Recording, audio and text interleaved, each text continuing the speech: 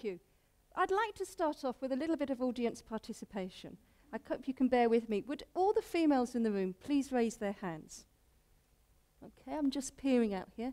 My first estimate of how many women are in the room, I think we manage about 80%. The first statistic of the evening. The next statistic may be fairly obvious. Females make up 50% of the population. But if we drill a little bit deeper, there are more boys born than girls.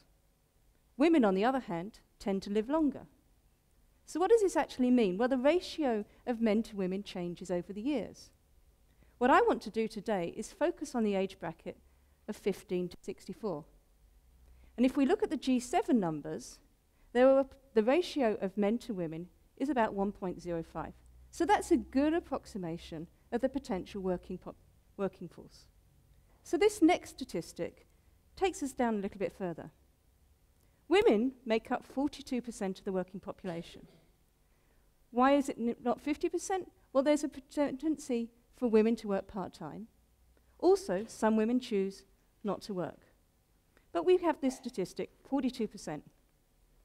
So, let's think about in the working world. There are managers. So what does the senior management profile look like? Actually, in the UK, only 29% of the working population managers are female. Now, if we look at the boss's boss, those executive positions, only 18% are women. So that's the position about ratio. There's another statistic as well, the economic impact of women. In the UK today, the median wage difference between men and women is 10%. That means, on average, men earn 10% more than women. In the more senior positions and the higher paid jobs, that difference actually extends to 20%. Well, okay, interesting statistics, a little bit frightening from my perspective. But why do we care? After all, we're all unique. We're going to make our own life choices. We're going to work towards our own career, and we're going to be in control. And the women that you're seeing here tonight ably demonstrate that. But for businesses or any endeavor to be successful, it needs the participation of women. Not because it's the right thing to do, or because we as women are going to demand it. It's because it makes commercial sense. And I want to take a little time to explore that. Firstly, the best brains. Now, I'm not saying that women have the best brains, although I'm sure there's a percentage of you in the audience that think that. Rather, to solve the big problems of today, whether it's political, scientific, or business, we need access to the whole talent pool. We can't afford to ignore it. We can't exclude it, parts of it, on the basis of sex or any other form of discrimination. Companies also face the challenge of innovation, doing things differently, being creative, thinking about the next big idea, leading a team in a different direction. All through my personal life and professional life, change has been a constant. How do we create change? How do we drive change through the organization? And this is where we need to get away from groupthink. We need groups that have differences in opinions, backgrounds, understandings, thinking styles. We need to get away from what I call the look-alike, smell-alike syndrome. People find it very easy to recruit in their same image. You end up with teams that think the same, look the same, smell the same. What they miss is the opportunity to critically analyze what they're doing and understand what those future opportunities may be.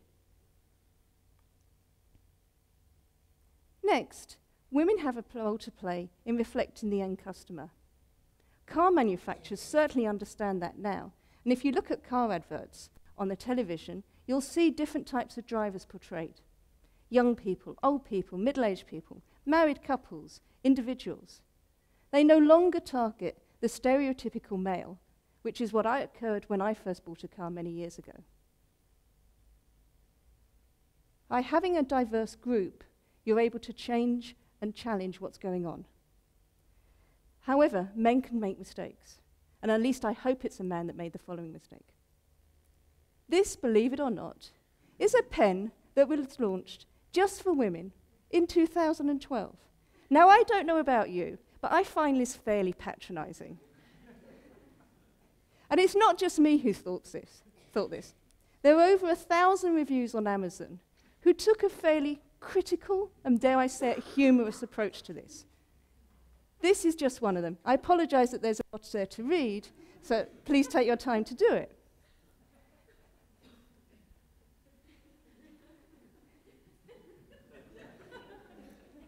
And I think this audience can certainly appreciate that there were reviews that I couldn't show to you tonight.